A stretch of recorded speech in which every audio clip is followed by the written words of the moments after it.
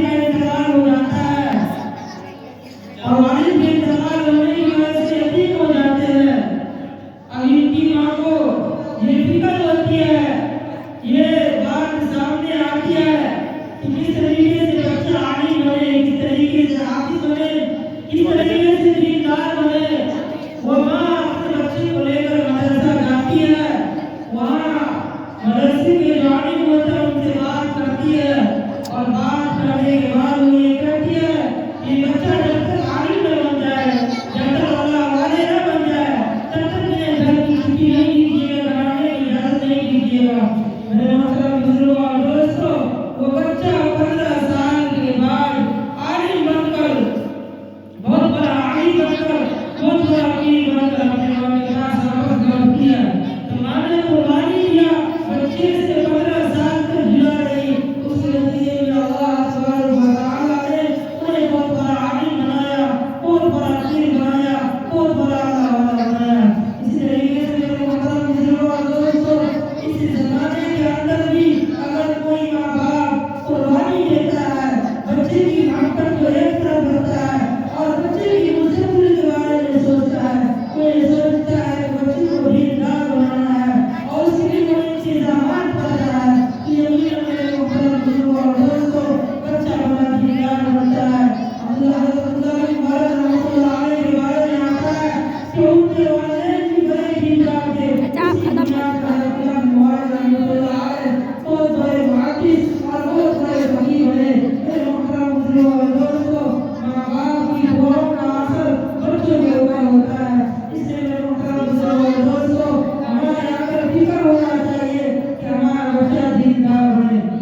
शेख अब्दुल कादिर जिलानी रहमतुल्लाह अलैह को कौन नहीं जानता? ये हमारे पीर है, पीरों के पीर है, अल्लाह वाले हैं। लेकिन जब इल्म हासिल करने के लिए जाते हैं तो उनकी वालिदा ने, उनकी अम्मी ने बच्चे को शेख अब्दुल कादिर जिलानी रहमतुल्लाह अलैह के कपड़े के अंदर, उनके कुर्सी के अंदर एक जगह 40 असर के सिक्का रख देती है और कहती है कि बेटा कभी झूठ ना बोलना, चाहे कैसी भी मुसीबत आ जाए, कभी झूठ ना बोलना। जब शेख अब्दुल कादिर जिलानी रहमतुल्लाह अलैह काफिला औरत के साथ जाते हैं इल्म हासिल करने के लिए, रास्ते में डाकू हमला करता है, डाकू काफिला वालों को लूट लेता है। जब शेख अब्दुल कादिर जिलानी रहमतुल्लाह अलैह के पास डाकू जाता है और कहता है कि बच्चा तुम्हारे पास भी कुछ है, तो बच्चा कहता है कि मेरे पास 40 अशरिया है। डाकू हैरान हो जाता है कि बच्चा झूठ बोल रहा है, उसको देता है। दूसरा डाकू होता है, तीसरा आता है, तीनों को यही जवाब मिलता है। तो डाकू अपने सरदार के पास ले जाता है और बच्चे के बारे में सारी बात बताता है। जब डाकू का सरदार कहता है कि बताओ 40 अशरिया कहाँ है, तो शेख अब्दुल कादिर जिलानी रहमतुल्लाह अलैह ये फरमाते हैं कि देखो, मेरी वालिदा ने मेरे कुर्सी में फलाने का सिर दिया था और कहा था कि बेटा कभी झूठ ना बोलना, इसी वजह से मैंने झूठ नहीं बोला। मेरे मोहतरम बुजुर्गों और दोस्तों, इस सच के नतीजे में डाकुओं ने और डाकू के सरदारों ने इस्लाम कबूल कर लिया, ईमान के अंदर दाखिल हो गया। इसी तरीके से आज अगर मैं और आज के अगर वालिदैन अपने बच्चे को सही तरबियत करेंगे, सही परवरिश करेंगे, सही रास्ता दिखाएंगे, तो मेरे मोहतरम बुजुर्गों और दोस्तों,